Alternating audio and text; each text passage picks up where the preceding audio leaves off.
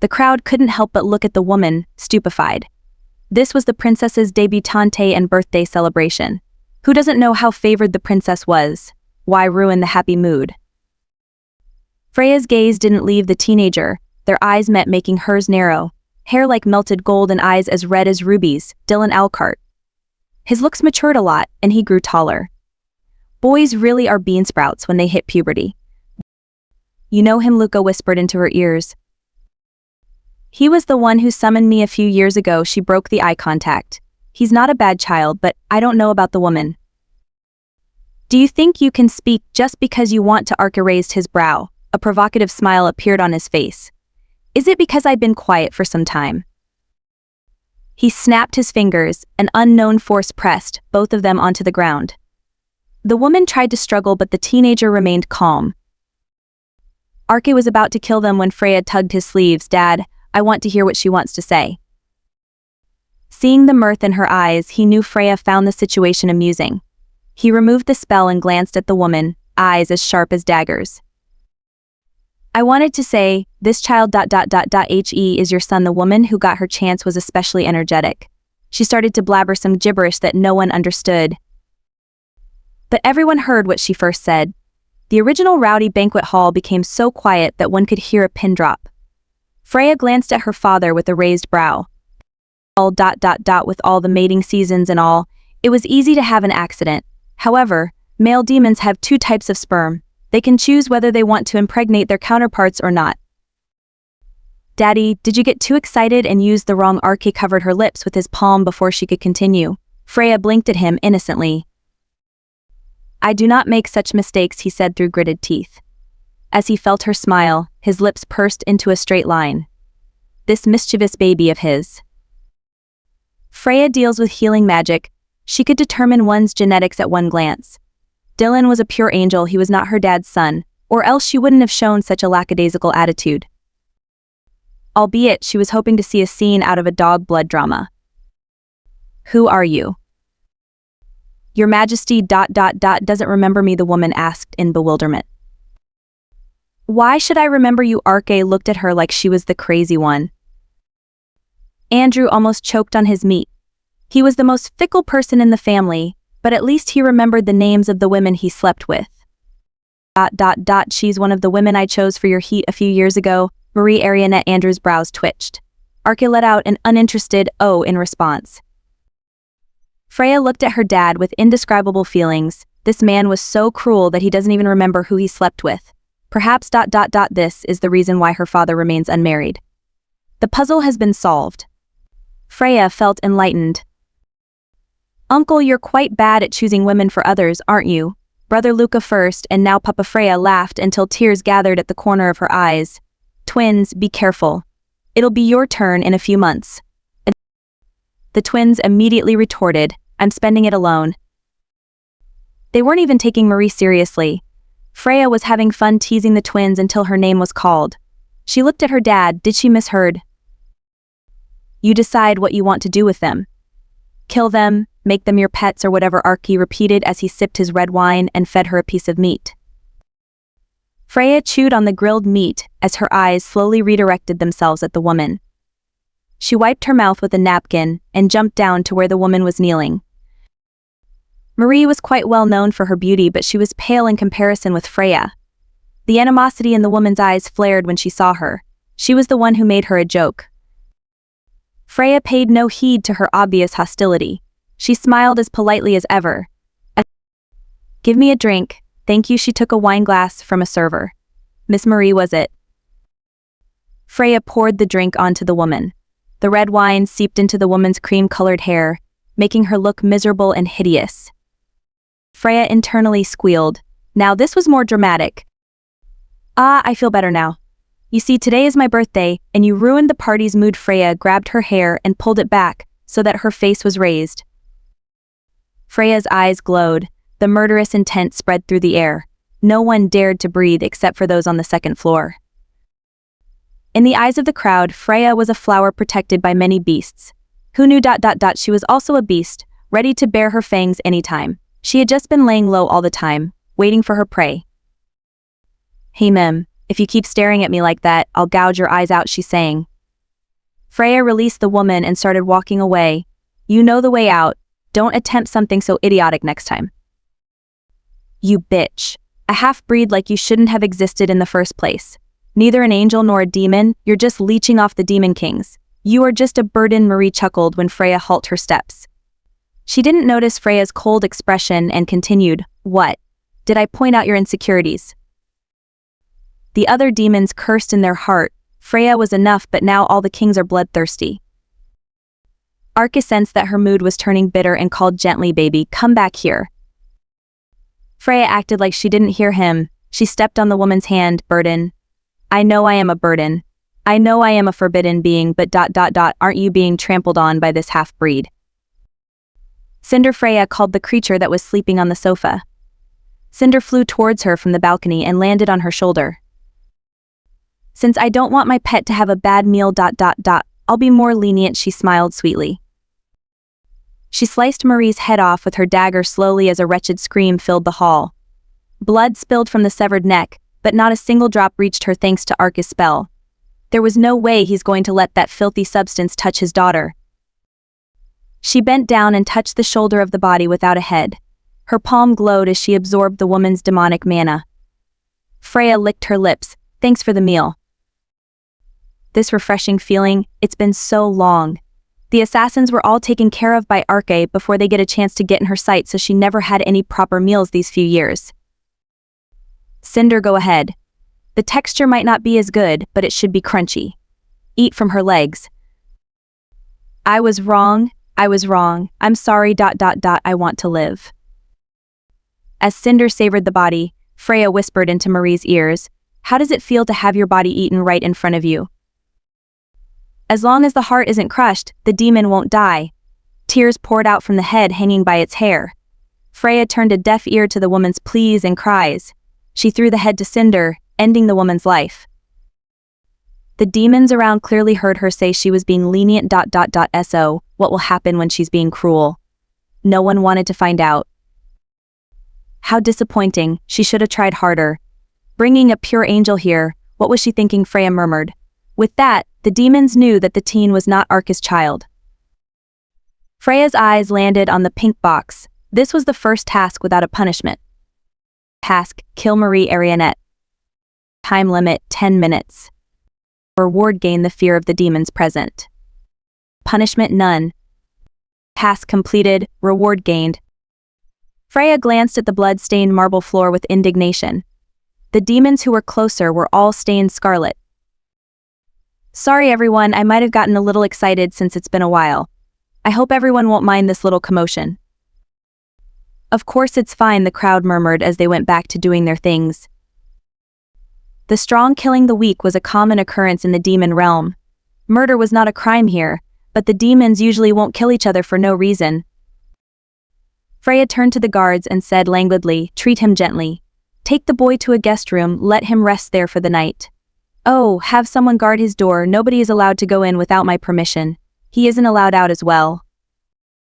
She glanced at the boy, he's way stronger than last time. She added, if he doesn't behave, you guys are allowed to use demonic mana to seal the door. I trust that you'll behave, no. Earning a nod from Dylan, Freya waved at the guards as they immediately carried out her order. She flew back to the second floor and sat down. Although they have never seen this side of her, they regained their composure quickly. Guess she inherited this trait from Arche. Don't pay any heed to her words. Kaiden hugged her as his ears drooped. Freya stroked his head. How can he be so cute? What do you plan to use that boy for? Austin didn't know why he felt so irritated after looking at that teen. But he wasn't the only one. Alistair also felt disturbed by the way he looked at Freya. I don't know. I'll have a talk with him before I decide what to do. It depends, Freya said after pondering. Arche caressed her head and asked her to continue with her meal. When the cake arrived, Freya cut everyone a piece ... and the rest of the cake belonged to her. Kaiden chuckled at her cuteness. He wiped away the frosting at the edge of her lips with his thumb and licked it. As he thought, it was still too sweet for him. As she heard footsteps nearing, Freya looked up. A beautiful woman with light brown hair and pink eyes waved at her. Freya dropped her fork then and there. What is this old man planning? The woman giggled at Freya's bewildered face. Your Highness, I brought you a gift. Freya Arke glanced at his daughter, whose face was as pale as paper. Did she see a ghost? Freya didn't answer. She felt a headache coming. He didn't deliver the poison last week and now he dares to show up in front of her. But why did he have to show up when her family was here? What were his motives? It seems like your Highness is very happy to see me again. The woman's shameless tone made Freya's lips twitch. I greet your majesties. James, what are you doing here? And what's with that get up? Luca raised a brow at his best friend. Freya beamed. Ah, your brother Luca's friend. I was mesmerized by your beauty. James was stunned for a second before he tried to hold back his laughter. Veins protruded Freya's forehead, but she kept the innocent closed-eye smile on her face. I'm one of the top 5 in the north. I have to pay my respect to the princess and my boss. Boss? James wasn't the boss of Cherry Cake? He had a superior? Freya's scalp went numb. In the contract, it mentioned that the boss has the right to read through the customer's information. He's saying the boss is someone here. Freya's pupils started trembling. She sat up straight subconsciously, her whole body tensed.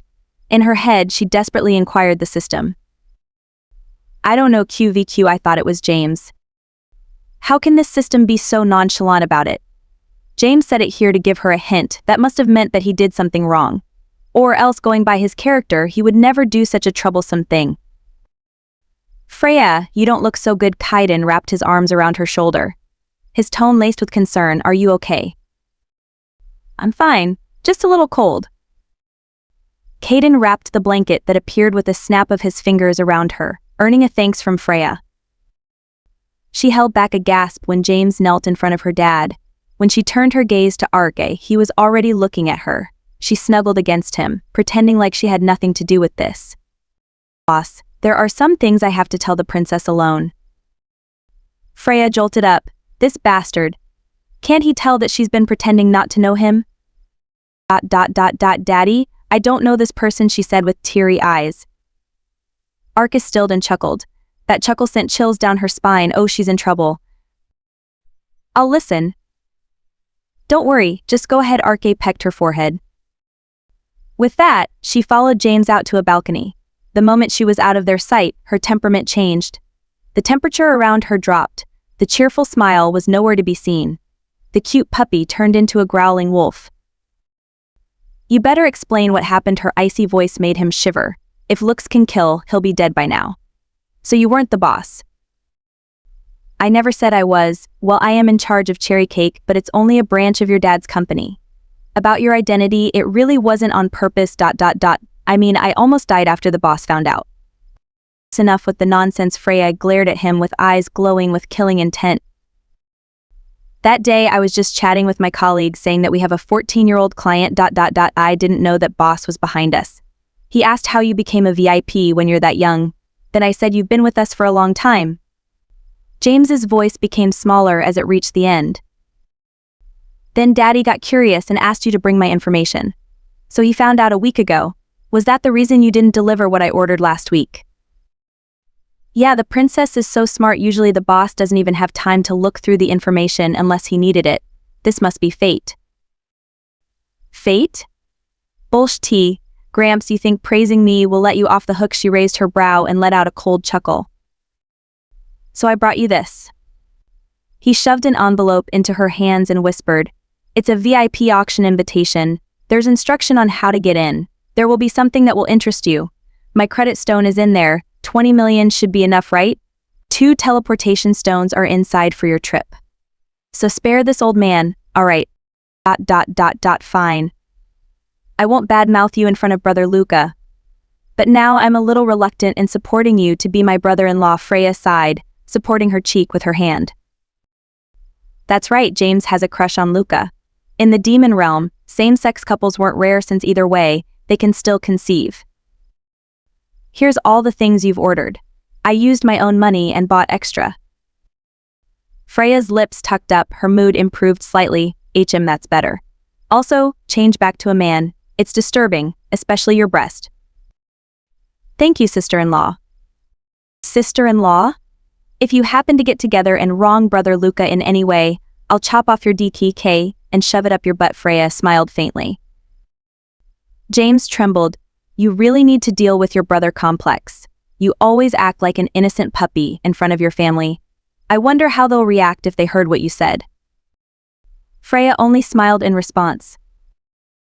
Oh, I didn't mention this before, but Cherry Cake belonged to Boss's daughter. Originally, she was my master, but she passed away a century ago. James chatted on without realizing the girl beside him turning silent. Both of you look so similar that I thought she came back to life when I first saw you. I had an older sister. We're similar. Freya's eyes widened. You didn't know. James's smile stiffened. The boss won't kill him, right? He saw the girl's expression turn grim. Did he step on a landmine? Freya took a deep breath and calmed the rising tides in her heart. Go accompany Luca. Seeing how she didn't add a brother, James knew her mood turned sour. He quickly exited the balcony, leaving her on her own. Older sister? Her dad never mentioned it to her. The reason why Arke was so protective. Was it because she was similar to her sister? He didn't have any other reason to keep a half-breed beside him, right? No, it wasn't right to doubt her dad just because of a few words. Thinking about it will only make her uncomfortable. Besides, there's something more important to take care of. Freya, a familiar voice entered her ears. Without hesitating, she used her puppy eyes. Daddy, I was wrong. I'm sorry. And what did you do? Arke raised his brow. I bought poison. If you don't know what you did wrong, don't apologize. Arke strode over to her side. He cooed. Will you tell Dad what you used it for? I didn't see you killing anyone with it, yet you ordered it so frequently. Can you promise that you won't be mad first? She wanted to lie, but she couldn't come up with a reason. After earning a nod from Arke, she continued. I drink it.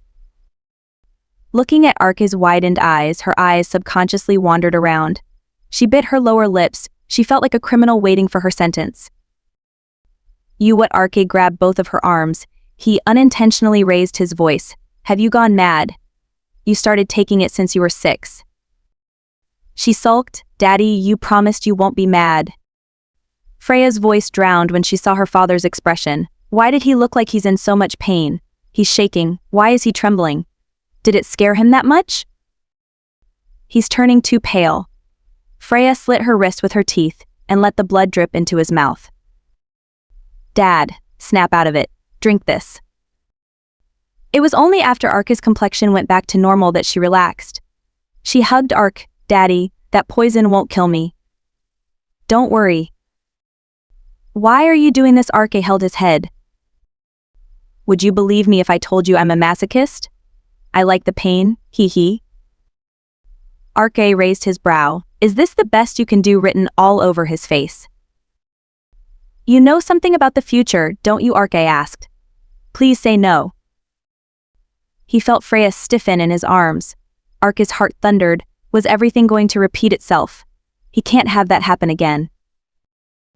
Daddy, what are you saying? That's ridiculous. Freya laughed, making him sigh in relief. Now the banquet's not over yet, let's go back. Until the time is right, never tell him that you know what the future holds. Freya wanted to cry. Everything was a mess. QAQ. She looks similar, doesn't she? James asked the taller man beside him. Her personality as well. The princess? Are you implying that the half-breed is her? You never know. Don't be delusional, sloth. Pride died. She killed herself. She was killed by a beast. James corrected him. As if something of that level can kill her. She deliberately. Pain flashed through the man's handsome features. The main point is that we all saw her corpse. Envy, what if her soul came back? James glanced at him slyly. The only person who can see through souls committed suicide when pride died. Envy's brows furrowed. We all know how much greed treasured her. All of us do, but he's on another level. Of course no one can replace you as her loyal hound. James let out a chuckle. He continued, The princess's name is the same as Pride. Why do you think Arke gave her the same name as his first daughter? You think he knows something? My lord fancies her a lot too. Envy's navy blue eyes were stuck on Freya. They weren't similar, they looked exactly the same. Mason, you're making her uncomfortable. She's looking around, she must have sensed your stare. James patted his friend's back. Mason combed back his nanny gray hair, longing flashed through his eyes. I miss her. You're not the only one. Do you still keep in touch with the others? Mason shook his head, making James shrug his shoulders. If you deal with your resting bitch face and aloof attitude, you might have more friends. He only rolled his eyes at James's words. I'll get going. My lord will kill me if I don't sort out the documents by the time he's back. Good luck with your crush, Sloth. James waved him goodbye. He better go find Luca now. That clueless idiot only has Freya in his eyes. It's going to be tough for him. Freya woke up with a headache the next day, King hangover. It was all her uncle's fault. She never knew that the peach juice Andrew gave her was alcoholic. The sweet taste of fresh peaches got her addicted. She blinked at Arke, who woke her up, then buried her face into his chest ... and continued to sleep. Arke shook her helplessly, this sleepyhead. But maybe it was a good thing. Arke recalled his daughter being alert 24/7. Even the slightest whisper made her eyes flicker. That fact hasn't changed, but at least she learned the joy of sleeping. Daddy, I feel awful. Can I skip tutoring today? She whimpered with those teary eyes. Arke started teaching her personally not too long ago. After all, she's going to have the exam next year. Honestly, she didn't need help at all, but it was nice to have her father teach her. There were some subjects that she disliked ... For example, ancient language. She hated that. Memorizing the symbols wasn't a problem for her, but she had to decipher them too. But don't like and don't know were two different things. She still excelled in all of the compulsory syllabi. You're just lazy, aren't you? Arke knew her too well. Freya sulked and whined, but it was my birthday yesterday ... My birthday ... Dylan. Freya pushed Arke away and jumped out of bed. Arke, who was shoved by his daughter, held his chest. Did she have to use so much strength? Oh, aren't you energetic now? ... I got scared awake. I'll see Daddy at breakfast. She waved and headed to the next room to get dressed. Yes, Arke sighed and got up. Time for his morning training. Your Highness, the guards greeted her while she gave a nod. The two looked at each other before asking, would you like us to accompany you? No need, you guys can go rest. Good work. Her smile made their legs go weak. Was the princess really related with that cruel king of theirs? Freya knocked and entered the room. The teen sitting on the bed stared at her. She pulled the chair beside the bed and sat down. Did you sleep well, Dylan? ... Yes. Freya didn't expose his lie. The panda eyes were too obvious. She held back her smile. That's good. So why are you here? Freya tilted her head. ... To find you. As she expected. She patted the boy's head. You wanted to pay me back the favor. She earned a nod. This kid was still a kind child, though his eyes were now empty. He must have been through a lot of hardships these years. There was a brief description in the novel. There's no need. Go back. She got up. If you need money, I'll provide you with some. Her wrist was suddenly grasped tightly, making her flinch. She looked at the teen. Is there anything else? Can I stay here? Freya stood there unmoving. His grandmother must have passed away for him to not want to go back. Ho, you want to make another deal with a demon? She titled his chin up roughly, eyes narrowing. Princess Freya, there's no use in intimidating me, Dylan stated calmly. Freya exhaled deeply and let go. You can't stay here for too long. The demonic energy in the demon realm will corrupt you. You'll turn into a fallen. That's fine. There's no common sense in the demon realm. Murder isn't a crime. It's common to see demons taking drugs. Alcohol is like water for them. Even children gamble with their lives. Freya flicked his forehead. Unless you can accept that, you should go back. That's fine. Demons hate angels, vice versa. Living here will be hell for you. Just so you know, I won't baby you. That's fine. That's fine, that's fine, that's fine. Is that all he can say? Freya fumed in her heart. You don't seem very welcome too, Princess Freya. Freya's eyes widened slightly before she showed a weak smile. She sat back down and looked straight into his eyes. If you go to heaven, you can get accepted. I'm someone who will not get welcome no matter where I go, so you should reconsider. I said something rude. I apologize, he bowed. But my answer remains the same. Freya ruffled her hair helplessly. How old are you this year? 13. Younger than me, huh? Well, I'll decide what to do with you after I discuss it with my dad. For now, I'll have them move you to another palace. If they mistreat you, just tell me. I'll come to see you when the decisions are made. The boy gave her a nod. Just so you know, it won't be for free. I'm thinking of training you to be my bodyguard, or maybe you'll become my secretary. I understand. I also still owe you a favor. Dylan smiled for the first time. His eyes turned a little more lively. Ah, those empty eyes. Freya couldn't help but feel sympathy. She also once had that kind of eyes. Eyes that were deprived of hope. Nothing matters when one reaches that stage. Freya reached her hand out. Dylan jolted out of his own will, but she did not back down. She patted his head and smiled warmly. Behave well. Sleep, they'll move you later. Once she was out, she gave the maids and guards instructions. She was all smiles. That was until she was alone. In the empty corridor, only the click-clack of her heels was heard. The princess no longer gave off the bright aura. Her person was there, but her heart wasn't. She tried to ignore it, but the tingling sensation of her heart was like alarms blaring in her head. Freya felt uncomfortable, extremely restless. Older sister. Older sister. Older sister. Why was everything so complicated? After seeing that excruciating expression her dad showed, she didn't dare to question him. She felt like there was something important she had to remember. Her heart felt empty and itchy. She fiddled with her earrings as she drowned in her insecurities. Hey! When? Austin's face appeared right in front of her, scaring the daylights out of her. She stood there like a frozen statue before she tugged his hair ruthlessly. Don't scare me like that.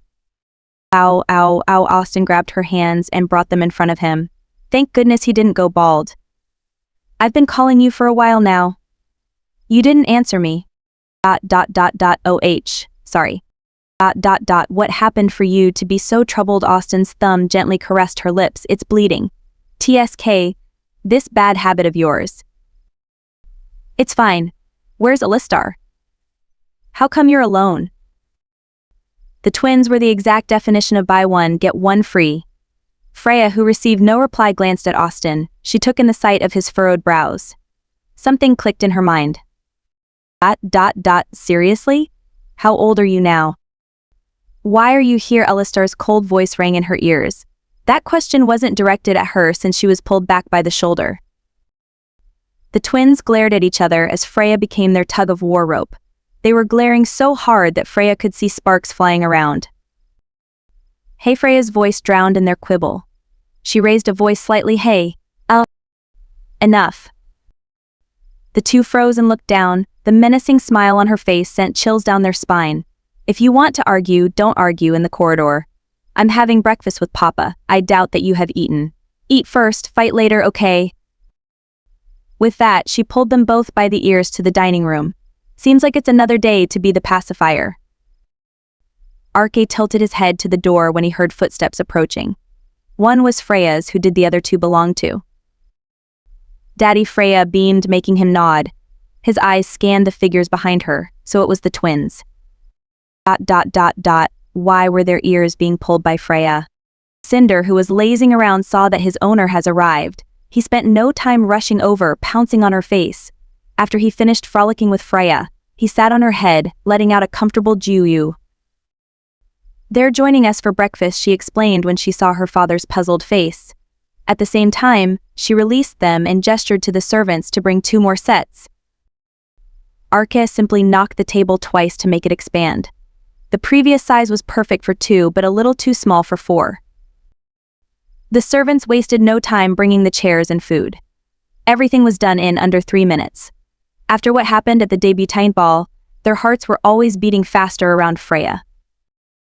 The table was round. No matter how much Austen and Alistar wanted to avoid each other, it was impossible. Freya saw their hesitation and knocked their heads with her knuckles. Sit. Their eyes met out of habit before quickly averting away. Freya saw this and chuckled briefly. Twins will always be twins. Arca had no time to care about teenagers' quarrels. He only wanted to have a delightful breakfast with his daughter. Was it that hard? Freya, on the other hand, only cared about the food. The souffle pancake on the table looked enticing. It was fluffy and jiggly. Ah, she can't wait to put it in her mouth. And so she did. The twins' problem ended in the back of her head. She didn't pay them any heed as she ate away. Austen wasn't shy and inhaled the pancake along with her. Alistar gave her the fruits on his plate, seeing how much she loved them. After finishing breakfast, Freya gave Arca a peck on the cheeks and pulled the twins away to the library. There was no need for etiquette when being with them. Freya lay on the couch, occupying the whole thing while the two pitifully sat on the armrest.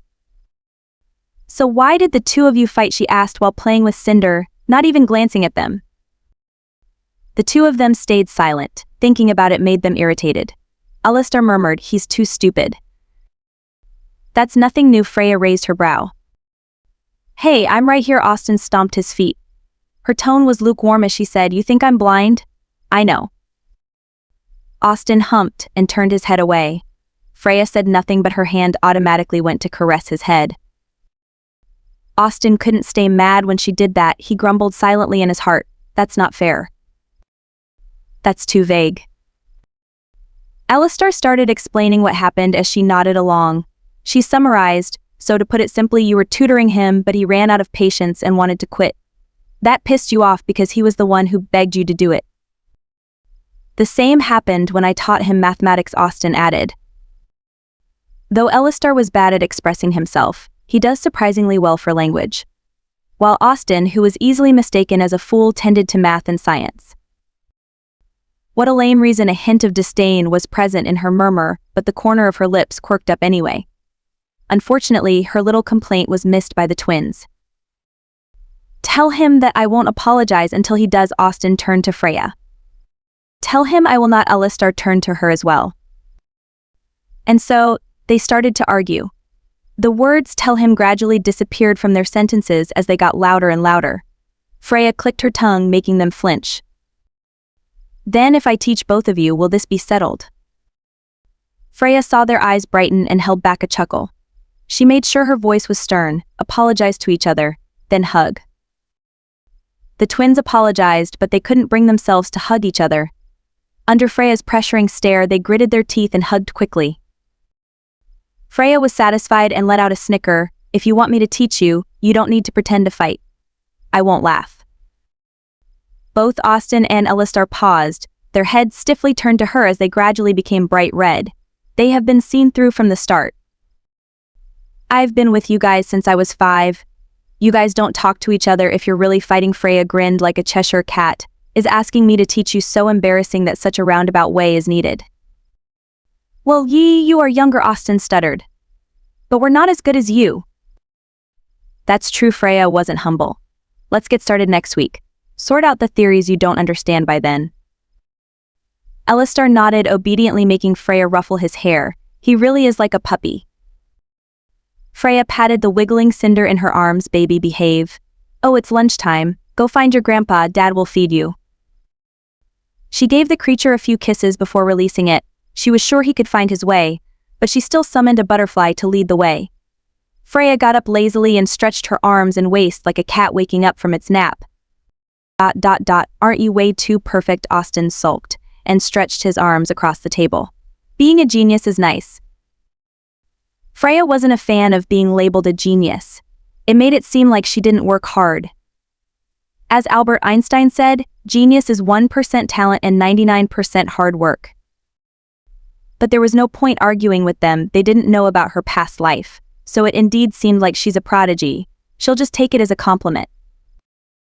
She glanced at him. "You're exalting me.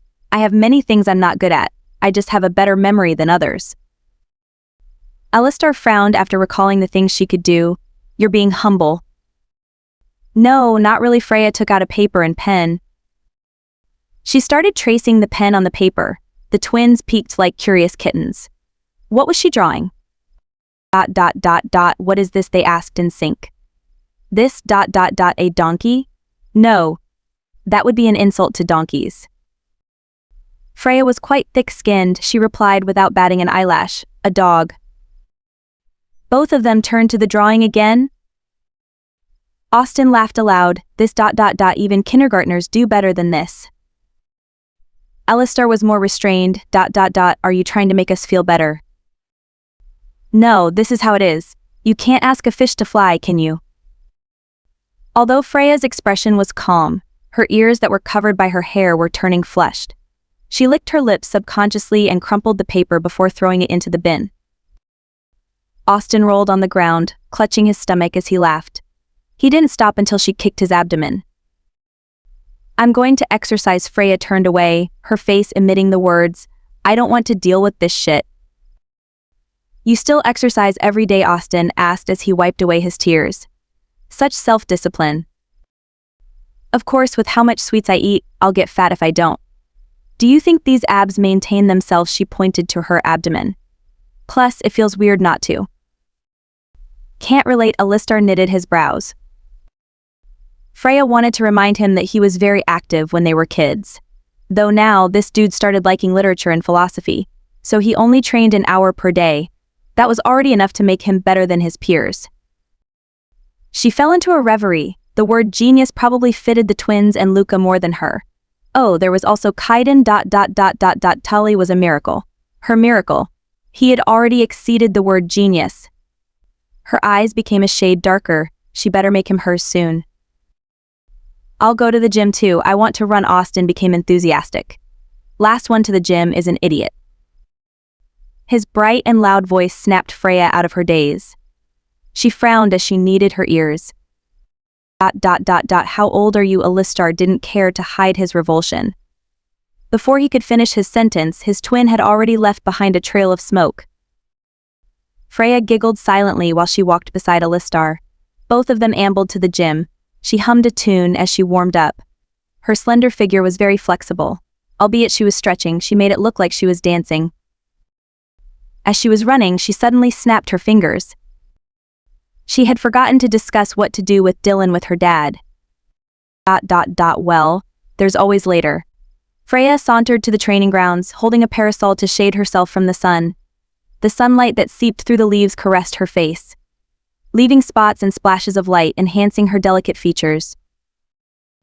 Upon seeing her, the squad paused from their training and lined up, greeting their master. Freya smiled faintly, then gestured for them to lift their head. My princess, what is today's special occasion for you to bless us with your presence? The man with tattoos who stood in front grinned brightly. Usually demons tend to preserve their looks in their 20s, though some prefer to look older. The man in front of her, for example, looked in his 40s, but in truth, his age has surpassed her dad's. Captain Maxwell, you jest. You make it sound like I don't come here often. Freya sulked playfully. He was the captain of the team Soul Reapers that Arche gave her on her 10th birthday.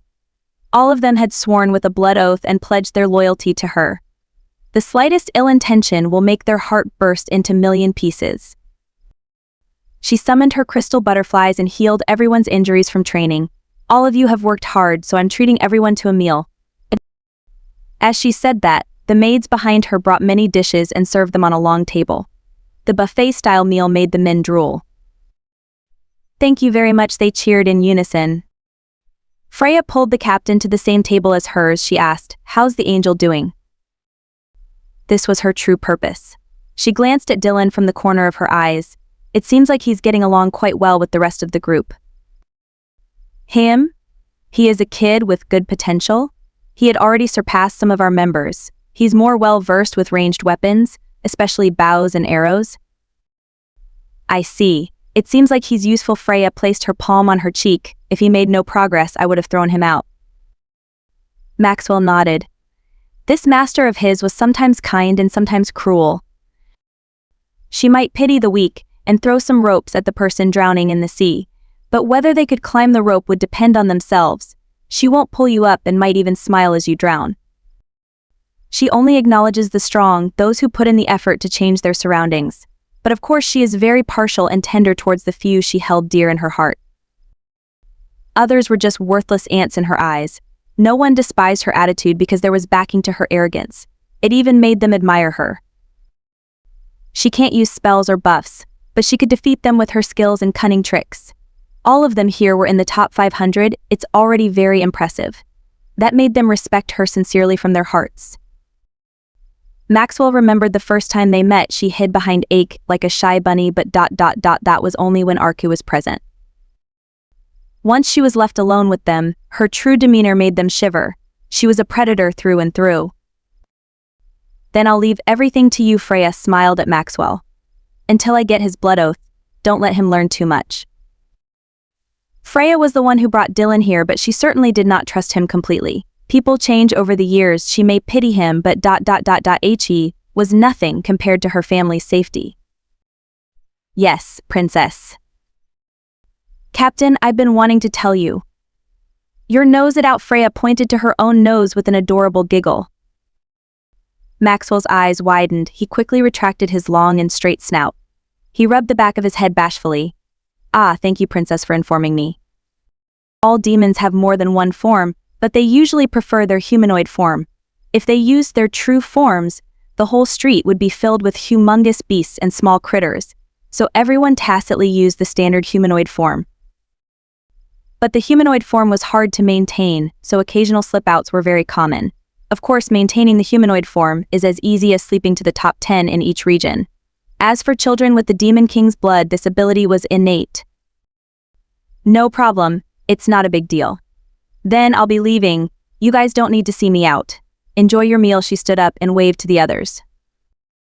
So soon. Freya shook her head helplessly. It can't be helped. I have other matters to attend to. She wanted to enjoy some more, but the pink box that appeared made it so that she had no choice to comply. She jogged back to the palace and headed to the 4th floor. Are you sure I can enter? Daddy told me many times that no one is allowed to go in. She questioned the system. This room must have been her sister's. She had never seen Archie going in before, but she could tell Arch treasured this room. We must go in. It's time. Time for what? Whatever. Freya knew the system won't tell her. She'll just have to find out herself. She scrutinized the handle. The room's locked with Dad's magic. I can't go in without alerting him. Usually there would be guards too, but somehow there were none today. That's probably the reason why the system ushered her to come here quickly. Go through the window. No magic is detected there. Freya sighed and jumped out the window across the room. 4 of her wings spread out as she glided through the air, landing gracefully on the balcony of the said room. She glanced around and headed to the window on the left. As the system said, there was no magic. She opened the window and headed in. Her heart was thumping wildly. If she gets caught by her father, she's going to get an earful. The obedient child had reached the age of rebelling. She smiled to herself mockingly. When the layout of the room entered her eyes, her whole person froze. Step by step, she walked towards the bed. Across it was a portrait of her and her dad. No, this was her sister. Who looked exactly like her. In a trance, she headed to the study table. In her mind, she subconsciously imagined herself sitting there and handling many documents. She glanced to the small living area. She could see a hazy image of her, drinking tea with Arke happily. She clutched her heart. It hurts. It felt like needles were prickling it. It felt tight and sour. This sense of familiarity. Her tears trickled down without her knowing.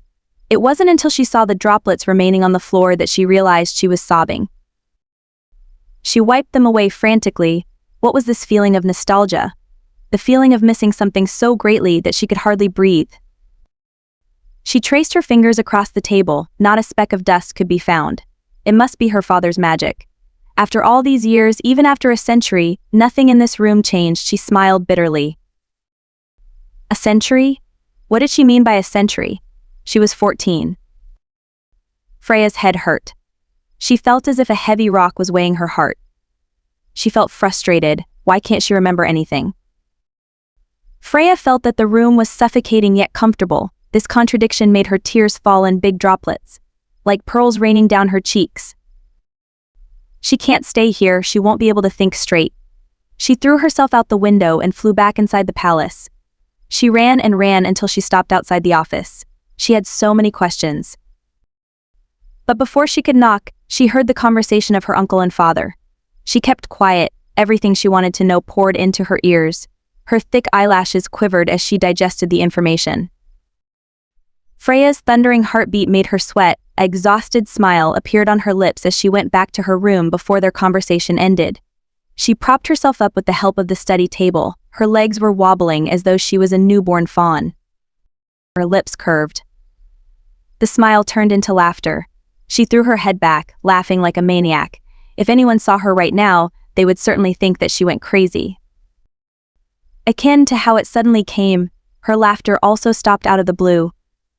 She took a deep breath and exhaled slowly. The excitement she felt was beyond her control. The hot blood rushing through her veins had yet calmed down. She let out a dry chuckle and asked the pink box, "I was the one who created you, wasn't I?" The system did not answer her. Freya's eyes widened. She let out a whimper as she lost her balance. She felt her head split into two, blood spilled from her lips. It hurt so badly. This pain could be compared to the devil's tears, or perhaps even greater than that. Keyword has been said: initiating self-destruction. Initiating recovering data. Error 404, error 404, error. Self-correcting backup in progress. Initiating enter host's body. Initiating fusing with host's body. Initiating the untold truth. Arke, with his expression solemn, leaned against the wall as he quietly listened to the scolding from his brother. Andrew sighed when he saw Arke's stubborn, furrowed brows. "Freya's a bright child, I'm sure she'll understand. You can't keep it from her forever. It has already been a month since her birthday." "I can," Arke refuted immediately. "What if she remembers everything? Do you know how painful her death was?" Andrew went silent. He hadn't been there in time. When he arrived, only his niece's limp and icy corpse greeted him. Her complexion was as pale as snow paired with her bloodless lips. He remembered how his little brother held his daughter's remains in his arms for dear life, how Arke looked no better than the dead Freya. The heart-wrenching scream that came out from him made Andrew's heart tremble. Freya could see the future. She knew her time was up. Andrew exhaled a long breath. The fact that she knew her time was ending was the most miserable part. The moment of death was never the scariest part. It was when one knew their death would come but could do nothing about it. That was the real torture. It's been a century, but Arke could vividly remember the last week they spent together, the day she left him. Every single detail engraved itself into his mind, making it a never-ending nightmare until Freya returned to him. Blood poured out from her lips that were turning purple, mouthful after mouthful, yet her eyes were still as bright as ever. Freya's gentle gaze fell on him. Her smile was sweet. "Daddy ... don't be sad." Freya put all of her strength into that smile. Her eyes slowly dimmed. Her shaky hand that was touching Arke's cheek dropped. Her weak and faint heartbeat finally ... stopped. The fireworks set off, lighting up the whole sky with radiant colors. They were like giant flowers blooming in the sky, their petals scattering into the abyss. It was a beautiful sight, but Arke could only curse while shaking Freya desperately. The brilliant light signaled a new day as well as her final breath. Freya died the moment she turned 16. Her only regret was that she didn't get the chance to enjoy the spectacle her father prepared for her 16th birthday. Arke wailed. That was his little princess, his only daughter. The child he loved the most didn't get the chance to grow up. She didn't even make it past her 16th birthday. Did she know? She must have known. Arke recalled the memories of that day. She was unusually energetic. The moment she woke up, she told him she was extremely hungry. At breakfast, she ate 3 bowls of noodles. Arke was glad that his daughter was eating more. She was too skinny, but usually she only ate a piece of toast. Arke couldn't help the trepidation he felt in his heart. It was the same for lunch and dinner. During the day, she kept on reminiscing. She laughed, she smiled, she cheered. She said, "If only time would stop." Arke felt bewildered. As demons, they had all the time they want. Freya only smiled and nodded. The child dragged him to the market, to go boating, to take a walk. He followed. It was her birthday the next day. He could spoil his daughter a little. Maybe Freya was feeling uneasy that she'll be embracing adulthood soon. He never knew it was the last day. He never knew that her actions were because she was going to die. Like flames that gave the last bit of radiance it had, before fading out and becoming smoke. He pulled her closer, letting out a wretched scream, like a wounded beast. He begged her to come back, but she never answered. She never will again. Arke didn't know how he got past those few days. As though an empty shell without a soul, he buried himself in work, making sure he had no time to think, but it never worked. His tears would fall every time she appeared in his mind. Every corner in the palace, traces of her remained. It would be like a dull knife, slicing at him, but never drawing any blood. Every time someone opened his office's door, he would subconsciously hope that Freya was back. That frame of mind made him mad. He knew he knew his daughter was gone. He remembered Freya leaving a letter for him, but he had forgotten its contents.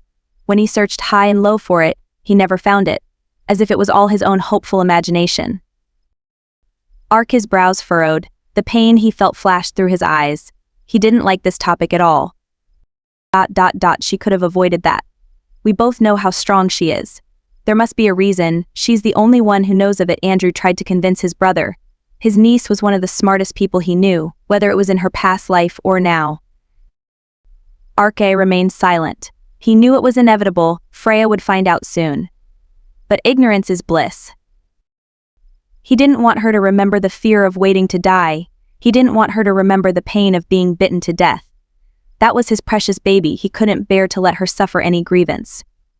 I'll let you think about it alone. Andrew patted Arke's shoulder. He knew it wasn't an easy decision for his brother. Honestly, he also doesn't want Freya to be reminded of the past. The way she died was grotesque and cruel. But what if she goes through the same thing? Would there be any important information she left for herself?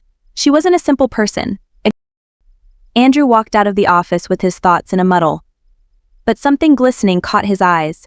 What he saw made his footsteps halt. His eyes widened as he picked it up. The strand of cherry blossom hair sat in his hands. He felt his heartbeat running wild. Was she here all along? Did she hear all along? Did she hear everything? He didn't want Freya to hear it like that. He reopened the door after snapping out from his daze. Arke looked up and was met with his brother's troubled face. He raised his brow to signal his inquiry. Arke, we have a problem. Andrew paused. I think she heard everything. Arke's pupils constricted. He rushed out of the office to find Freya. She wasn't in the library, so she must be in her room. He knocked on the door. His voice was barely audible. Baby, need to talk. No one responded. It was unusually quiet in there. Thud. The noise of something falling followed by glass breaking made Arke jolt. Freya. Arke banged the door hastily, yet there was no response. He exerted some strength and pulled the door out from its frame easily. His eyes widened when he saw the state Freya was in. She had all fours on the ground. The broken vase's shards were all over the place. Her eyes were coated with tears. What scared him the most was the blood staining her lips. She looked like she wanted to say something, but nothing came out of her throat except a mouthful of blood. Freya. Arke rushed over and got her into his embrace. Baby, what's wrong? Don't scare me like this. His hands trembled when he saw how pale she was. His scalp and back went numb. What happened?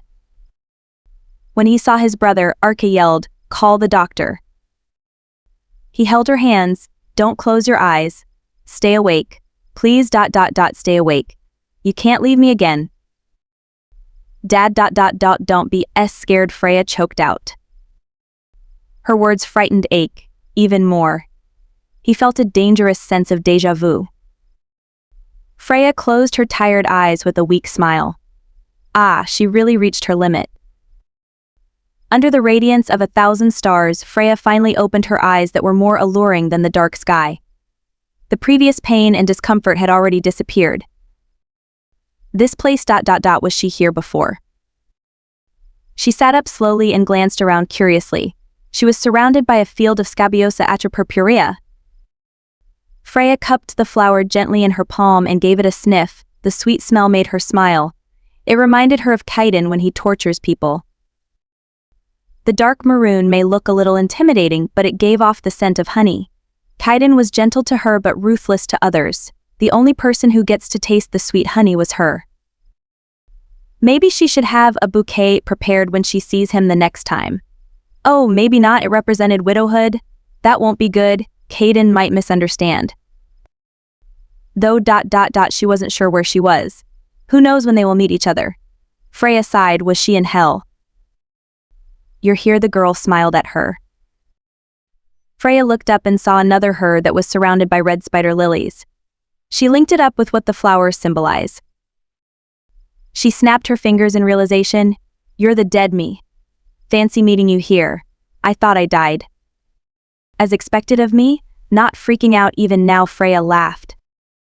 The red gown she was wearing fluttered along with the spider lilies. Her eyes reflected the sea of crimson, making them so enticing yet vicious at the same time. Freya knew at a glance her personality in the past should be a few times crueler than the current her. Even now, her body's instinct told her that the Freya in front of her is dangerous, but was she afraid of herself? No. Do you know how much the system you created gave me a headache? Freya complained. Do you like torturing yourself? I never realized I was a masochist. Freya tilted her head and smiled slyly. Won't you do the same if you were in my position? Struck by this question, Freya's licked her canines with a chuckle. I definitely would. It's fun to put others in a tight spot, especially myself. A challenge makes life less dull. If others heard their conversation, they would certainly reckon that both parties were out of their minds. This place is really pretty. Did we create this? It's the realm of our souls. I am a scattered soul of yours. I could only contact you like this, Freya smiled. I can finally return to you. Oh, I see. So the system was part of my soul too, right? That's right, she nodded. Make sure to protect them, okay? The reason I killed us. Don't let it go to waste. I will, don't worry. Time is ticking. I really want to chat more, but we'll die if this goes on. We slept for quite a long time. The memories will return to you once we become one. You'll understand everything. Understood. Freya went over and gave the other her a hug. It's such a shame. I also wanted to talk to you more. Freya pressed their foreheads together as it started glowing. It's not like it's farewell. I'm you and you are me. Freya let out a soft "N." The blinding light made her shut her eyes. Once she reopened them, she saw multiple screens. Moments of her life flashed through her eyes. Her intentions, her identity, the truth. Everything returned to her. Her eyes reddened. It's been 100 years. Her dad was still alive, the demon realm was still standing, she won the bet. She walked towards the white door at the end of the trail and pushed it open. With a smile on her face, step by step, she returned to her world. The light that entered her eyes made her squint. She tried getting up, but the sudden dizziness made her fall back to the bed. She let out a grunt in frustration. Freya? You're awake. It's not a dream. Arca's tears streamed down his face. Why are you crying? Probably due to not speaking for a long time. Her voice was hoarse. She went into a coughing fit. Water. Arca snapped out from his trance and poured her a cup. The liquid moistened her throat, making it so much more comfortable than before. Her voice attracted the attention of everyone. They all came in. Most of them had tears in their widened eyes. Freya's eyes widened before raising her brow in confusion. She pointed at them, her index finger going in circles. Why are all of you like that? I'm not dead yet. Freya saw them bursting into tears and bewilderedness engulfed her again. She wasn't certain anymore. I'm not dead, am I? She glanced at the coffin beside her bed. Her movement paused before she started shivering. That size was definitely meant for her. If she had woken up 1 moment later, she would have been buried or burnt alive. Hey, I'm pretty sure I fell into a coma. What is the coffin for? You guys wanted to bury me alive. Her voice went up an octave. She furrowed her brows. Why isn't anyone replying to me? Especially Uncle, what's with your face? It's like you've seen a ghost. Freya, my love. Kaiden rushed over and buried his face into the crook of her neck. He didn't realize himself calling Freya a pet name. He was desperate. Freya felt something wet trickling down her shoulders. She heard him whisper, "You're alive." "I was alive. I was never dead." "What is wrong with you guys?" She caressed Kaiden's head tenderly. "You had no pulse," the doctor said. "You passed away." Luca burst out crying. His legs gave out as he dropped onto the ground. "Thank goodness you're alive, thank goodness." "No pulse." We all confirmed it one by one. No heartbeat, no pulse. You weren't even breathing. Austin rubbed away his tears frantically. "You were in a coma for 3 months. This morning your heart stopped." Alistar did not cry, but his eyes were glistening with wetness. Sophia and Oscar embraced to comfort each other, but now they were hugging to celebrate. Andrew found a chair and sat down. Archie was still in a trance. He might need some time. "Oh, where's Cinder?" Just as she finished asking, a gray furball ran into her arms. "His Ju won't stop." Freya chuckled and hugged the little crying creature with her free arm. "Kaiden hasn't let go yet. She must have scared him so much." She patted his back in consolation. When he finally let go, she turned to her dad. He was so much skinnier, her heart ached. "Daddy, aren't you happy to see me?" She spread her arms. Arke hugged her as silent tears streamed down his handsome features. His daughter was back. His little princess didn't leave him.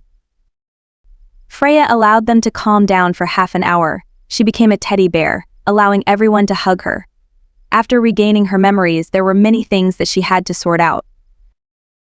She turned to Luca, who was hugging her. "Brother Luca, can you call James here?" "Immediately." Arke immediately understood. "You regained your memories." "Yes, I remembered everything. There are things that I owe an explanation to. It would be more convenient if everyone was present." She smiled lazily. "Tell him his master is back."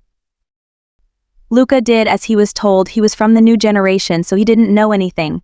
James teleported over immediately after receiving Luca's message. He stumbled over to Freya. The look in her eyes, this laid-back demeanor, was one of the characteristics of his master that none can imitate. He kneeled on one knee, tears dripping down. "This one welcomes master's return. This disciple is very moved." Except for the older generation, the others in the room had their eyes widened. James was in the top 5, to call Freya master. "Stop being so serious, it's creeping me out. Call the other major sins here as well.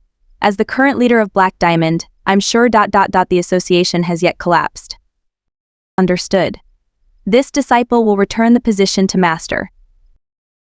"Not yet, I don't want it. It's too troublesome." Freya waved her hand in dismissal.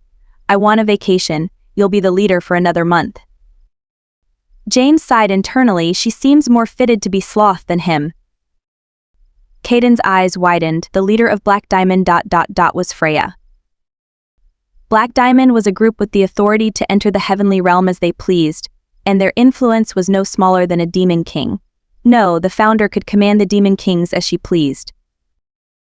The legendary group was feared by both angels and demons. Their purpose was to maintain the balance of the heavenly realm and demon realm, suppressing those who acted out of place, those who coveted the forbidden. The next moment, a woman with vibrant orange hair and misty gray eyes appeared in the room. Her sheer clothing made everyone avert their eyes, but most of them knew her. She was one of the top 10 in the south. Vivian Freya greeted happily. "Master, I missed you dearly." She pounced on her and rubbed her tear-stained face against hers. Freya coaxed her like a puppy. "Okay, settle down." The next guest was an attractive young man with ashy gray hair and dark blue eyes. Surprise flashed through Kaiden's eyes. Why was his secretary here? Mason's trembling pupils made the others perceive how much he must have treasured her. He directly went to her side and pecked the back of her hand. "This one pledges his loyalty to master once more. Welcome back, our princess." "Mason, glad you're doing well." Freya smiled. "My lord." Mason greeted Kaiden respectfully. "That is all. The siblings were captured and are currently in the heavenly realm. Greed ... committed suicide after master's death." Freya showed no fluctuation in her emotions. "I see. So that's why." She didn't continue her words. She only glanced meaningfully at Kaiden. Vivian followed her gaze and comprehended what she meant. The others had no idea. James was slightly surprised. He expected her to be at least a little discouraged by her lover's death. After all, she loved Greed very much in the past. But he knew that his master was an unpredictable person that couldn't be judged with common sense. Freya saw through his thoughts at one glance but decided that it wasn't a good time to explain. She hugged Cinder in her arms like a pillow. Since everyone is here, I'll start. Everyone had their eyes on her, especially those from the older generation. Their gazes were especially piercing. Freya opened her mouth slightly before closing it again. She hemmed and hawed, finally spitting out a few words. Mason, sound barrier. Done. Freya clicked her tongue. This disciple is useless. Can't he delay things a bit? She was prepared to explain everything, but it was a little hard to put it in words. As you have guessed, I let myself die deliberately. She continued before they could ask. Beasts of that caliber can't touch a single hair on me if I wasn't willing. I know all of you wanted to know why. Freya took a deep breath as her gaze turned serious. It's to prevent the destruction of the demon realm. The room went silent. None of them have expected that the reason behind her death ... was something so serious. Can't you just make sure the reason doesn't happen like you always do? Andrew furrowed his brows. That butterfly effect thing you talk about frequently. For the sake of the demon realm, she let a demonic beast tear her apart. They could only imagine how painful it was. That won't work. The cause was a person, not a reason. Freya smiled faintly. That person was you, wasn't it? James clenched his fist. Freya nodded nonchalantly. That's why I had to die no matter what. About 5 or 6 years after my death, the demon realm was supposed to cease to exist. Why did you choose such a way to die? Because it has the highest success rate from all the path I saw in preventing the annihilation of the demon kind. Carrying such a burden, why didn't you tell any of us? Mason bit his lips. Were we so untrustworthy? What can you change if I told you? Freya's tone was blunt, holding neither anger nor sadness. She was stating the cold truth. It was only after she said that she realized it sounded a little cruel. She licked her dry lips before continuing, And it's not like I didn't trust any of you, or else I wouldn't leave Black Diamond in your hands. Plus, I won't be able to come back if I did. The ritual restricted me to only tell one individual. The ritual. Vivian caught onto her point. Of course I planned my revival. Though the success rate wasn't high, there was no way I would sit back and do nothing. Freya raised her brow. Or do I look like an idiot to you? She couldn't help shooting a mocking glare at her Arctic fox. It's a shame that a certain someone didn't have much faith in me, and like a moth drawn to the flames, decided his own death. The older generation all knew who she was referring to. Kaiden inexplicably felt a chill down his spine. What did he do? His eyes turned black, faintly faced with his beloved's rage. Who did you tell? Arke led the conversation back on track. Freya stared at her father and blinked twice. You. Arke paused in his movements. He had no recollection at all. As though reading his thoughts, Freya shrugged. It's normal to not remember. It erased your memories after your task was done. Task.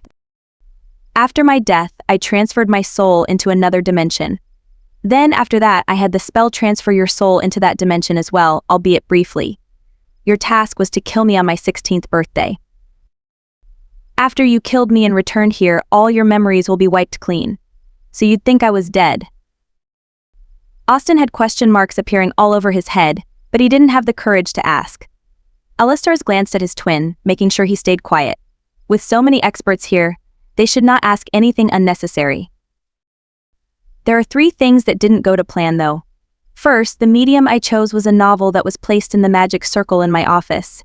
Someone changed it, and it became the 18 novel Vivian wrote.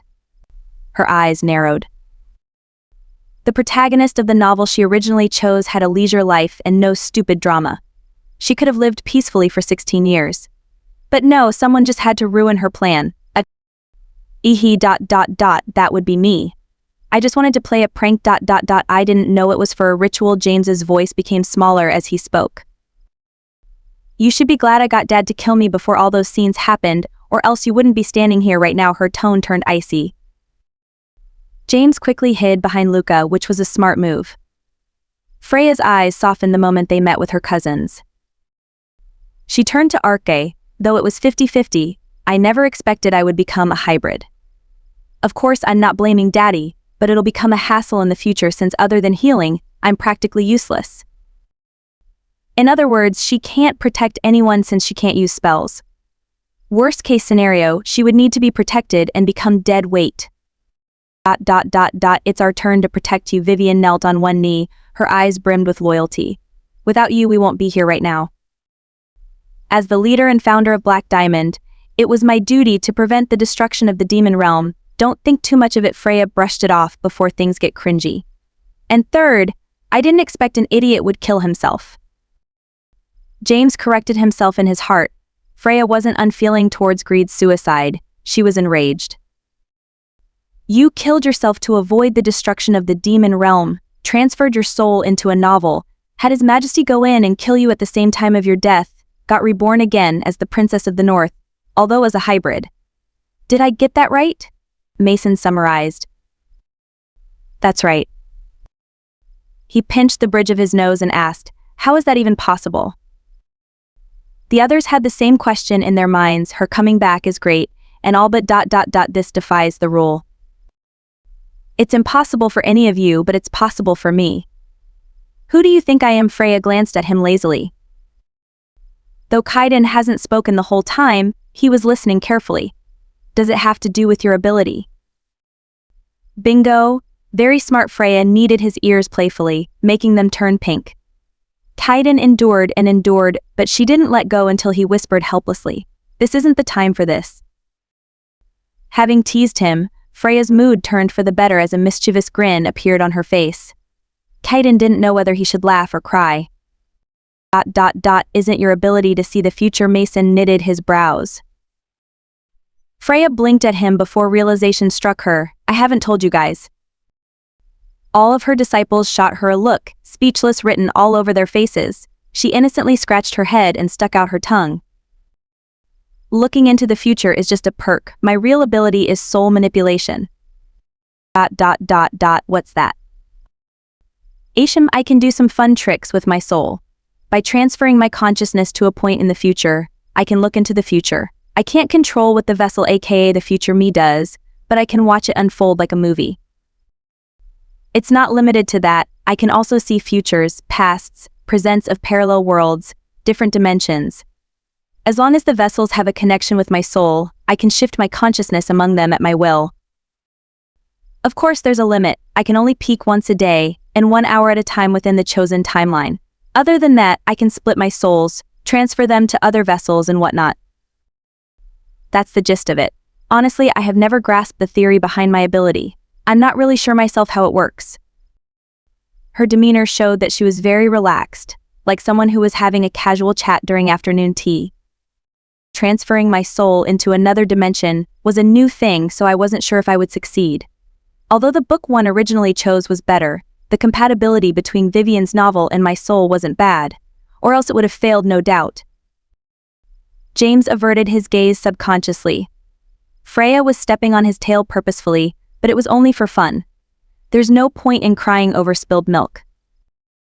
After learning that the obliteration of the demon realm will happen, I shifted to many parallel worlds where I made different choices. In the end, I realized I was the problem. And during that time she realized that her father might be killed by the summoned hero. She made a lot of precautions. She wrote a flimsy novel to remind herself and a system just in case the novel wasn't read. That stallion novel was undoubtedly the future in one of the parallel worlds that she happened to come across by chance. Albeit in that world she was blinded by revenge and killed the hero. After that she received divine punishment. But that's a story for another day. Though now I can only split my souls. It may be the consequences of reincarnating, my ability has been weakened. It almost the same as not having it, she sighed regretfully. I did put a butterfly in each of you, but I'm not sure what will happen in the future, so please take care of yourselves. She looked at her disciples. I'll put one in each of you after my condition improves as well. Better safe than sorry. Not being able to see the future was very normal, but for Freya, who had gotten used to the omnipotence, she couldn't help but feel anxious. Your ability is such a cheat," James pouted. Freya smiled and said nothing. Such an ability ... naturally came with a cost.